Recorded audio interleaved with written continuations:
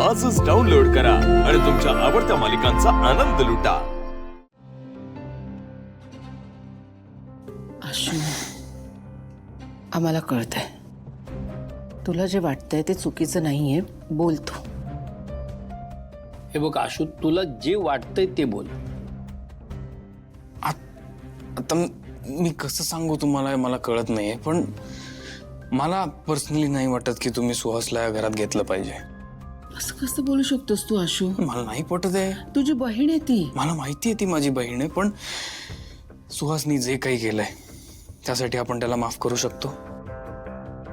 अरे पण काही ऐकत नाहीये, हो ना? तिला त्याच्याबरोबर बाहेर जायचं या घराच्या, कारण तिचं प्रेम आहे त्याच्यावर। पण त्याच्यामुळे तिला किती त्रास झालाय आतापर्यंत हे माहिती आहे ना तुम्हाला? आशू, अरे तो नवरा आहे कीर्तीचा, त्यामुळे तिला असं वाटणं साहजिकच आहे। पण तो या घरात आल्यावर या घरातल्यांना त्रास होणंही साहजिक आहे।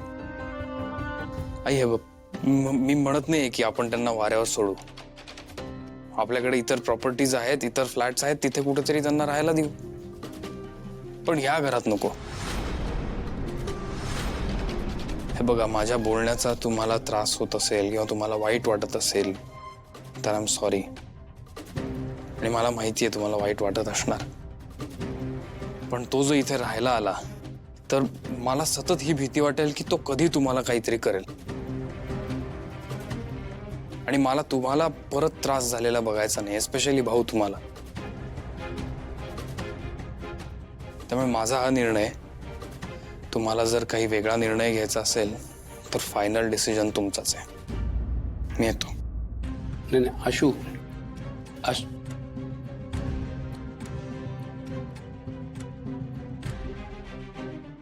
सीता, मला कळतंय तुझं काय होतंय आतमध्ये ते। माझ्या मुलीला मी घराबाहेर जायला नाही सांगू शकत। सीता, किती झालं तरी माझ्या पोटचा गोळा आहे ती। तिला असं वाऱ्यावर मी नाही सोडू शकत, हे कसं सांगू मी याला? त्याने त्याचं मत सांगितलंय फक्त। कीर्तीची काळजी वाटते, तिला असं मी वाऱ्यावर नाही सोडू शकत।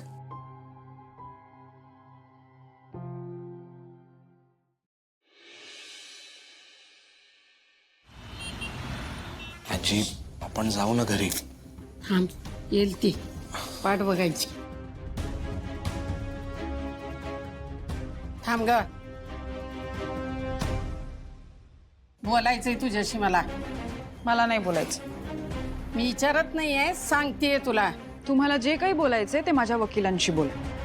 होय, तुझ्या वकिलांशी बोलायचं एक दिन ना ठेवून बरोबर वकील तुझा बाहेर निघल। मग एवढी मोठी झालीस तू, घटस्फोट मागण्या इतपत? हो, झालीच आहे मोठी, एकटी राहतीये ना। आणि काय ग, घरातून हाकललं तेव्हा नाही का आठवलं की ही लहान आहे, एकटी कशी राहणार? मग ह्यासाठी तुला लहान वाटतेय मी? घरात ना आम्ही नाही तुला हाकललं, तू जे काही केलंस का नाही त्याच्यासाठी आम्ही जे विचारलं त्याला सामोरं जाऊ शकत नव्हतीस ना, म्हणून तू स्वतः घरातनं बाहेर पडलीस। हो, नाहीच जायचंय मला सामोरं। आणि मी जे केलंय ते तुम्हाला मोठी चूक वाटतेय ना? मग ह्यानी जे मला फसवलं ना, ती पण मोठी चूक आहे, आणि मी त्याला माफ करणार नाहीये ह्यासाठी। म्हणून पोटगी मागशील त्याच्याकडं? हो, मग काय, हक्क आहे तो माझा। माझ्या वडिलांच्या गॅरेजवर काम करतो ना हा, पगारही घेतो, मग एवढा हक्क तर मी मागूच शकते। तुला वाटतं माझा तेवढा पगार असेल? ते तू तुझं बघ, तो तुझा प्रश्न आहे। लाज नाही वाटत हे बोलतीस ते? बयाजी, नीट बोल माझ्याशी। काय मोठी झालीये ना मी, मग असा अपमान सहन करणार नाहीये। तुला पण उलट उत्तर देऊ शकते। एवढंच ऐकायचं बाकी होतं। वा आजी, मी बोललो होतो ना जाऊयात आपण, चला घरी जाऊ, चल, नको थांबायला, चल।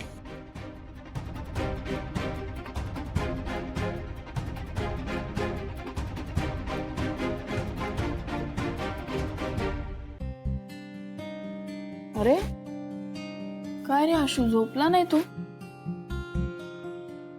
माझं डोकं जड झालंय शिवा, काय विचार येत आहेत मला, काही कळत नाही काय करायचं। बर, सो म्हणलं कॉफी पिऊया, जरा क्लिअर करू डोकं। जेवली नाही तू? नाही मला भूक नाही. तू तोच विचार करते ना सुहासचा? आत्ताच मी जाऊन आलो, भाऊ आणि आईशी बोललो. मी त्यांना माझा निर्णय सांगितला. काय काय बोललास? हेच की काही झालं तरी तो माणूस या घरात येणार नाही. आशू अरे असं डायरेक्ट काय बोलला? त्यांना वाईट वाटलं असणार. मग अजून काय सांगू मी, कुठल्या शब्दात बोलू? हे बघ शिवा, कीर्तिताईला समजावलं ती ऐकेल तरी, पण तो माणूस जर या घरात आला तर काय होईल याचा अंदाज आपल्याला दोघांना नक्कीच आहे. हो बरोबर आहे अंदाज. पण हे बघ भाऊंचं ठीक आहे, पण सीताईला वाईट वाटलं असेल. अरे शिवा, मी सगळ्यांचा विचार करतोय, तिचाही. आणि मी असं म्हणतच नाहीये की त्यांना वाऱ्यावर सोडून देऊया. ते राहतील ना, ते कुठल्या तरी फ्लॅटमध्ये राहतील आपल्या. अरे पण असं नाही होत ना आशू. तुला कळत नाहीये का? हे बघ आपण एकत्र राहतो, ह्या आधी आपण असं केलं नाहीये का? केलंय ना. शिवा, याआधी जे काही झालंय ना त्यासाठी मी सुहासला कधीच माफ करू शकत नाही. त्याच्यावर मी विश्वास नाही ठेवू शकत. या घरात जबाबदारी तर दूरच राहिली. आणि बघू ना आपण ते काय करतायत. त्यांना जबाबदारी दिल्यावर ते राहतील ना तिथे, त्यांच्यात बघू काय बदल घडतायत. सणावाराला येतील ते इथे. माणसाच्या वागण्या बोलण्यातनं कळते त्याची प्रगती. मग तसं झालं जर व्यवस्थित असेल त्याची प्रगती तर विश्वास ठेवायचा विचार करेन. हे बघ, माझा निर्णय तुम्हाला कठोर वाटत असेल, पण हा स्टँड कोणीतरी घेणं गरजेचं आहे आणि तो मी घेतोय. काही झालं तरी तो माणूस या घरात येणार नाही. मला तर काय करायचं तेच कळत नाही. तू विचारच करू नकोस. मी जेवणाचं ताट घेऊन येतो, तू जेवून घे. हा विषय संपला, हे डिस्कशन नको. अरे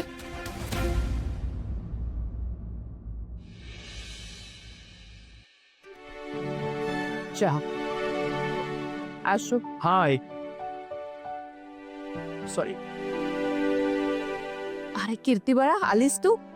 ये बस ना, आपण बसून बोलू. हा, तू काही खाल्लेस का? मी पटकन करते काही. नकोय मला. ते चिडू नकोस ना बाळा, आपण बोलू ना शांतपणे. बस ना तू. चिडू नको म्हणतेस. रात्र दिली होती तुम्हाला विचार करायला. सकाळ झाली तरी कोणी कॉल नाही केला. काय समजायचंय मी? अगं कीर्ती, हा निर्णय इतक्या सहजासहजी घेणं शक्य नाहीये, म्हणून आपण बसून बोलू असं म्हणते ना तुझी आई. हो का? पण मला असं वाटतंय की निर्णय झालाय तुमचा. नाही म्हणजे तुम्ही फोन नाही केलात आणि घरात तर असं वातावरण आहे जसं काही घडलंच नाहीये. या मॅडमकडे आणि आशूच्या चेहऱ्याकडे बघून मला असं वाटतंय की तुमचा निर्णय झालाय. मग बसवून समजवण्याचा खोटा प्रयत्न कशाला करताय? नाही सांगून टाका ना की बाई तुझं आम्हाला काही म्हणणं पटत नाहीये. तू आणि तुझा नवरा कुठेही राहा, रस्त्यावर राहा, भिका मागा, आम्हाला काही फरक पडत नाही. हेच ठरलंय ना, सांग. नाही कीर्ती, तू नेहमी इतकं टोकाचं का बोलतेस? मी टोकाचं बोलते? मग सांगून टाका काय ठरलंय, काय निर्णय आहे.